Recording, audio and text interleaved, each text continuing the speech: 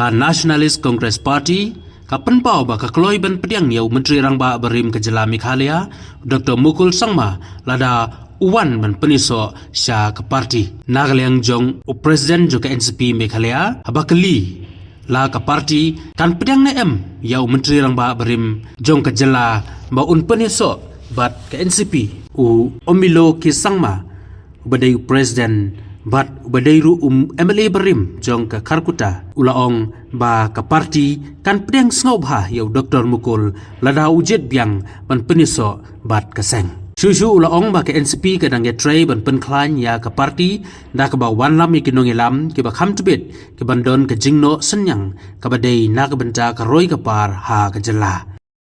This is a fighting, but we don't want to concern about them. But he's coming and not coming.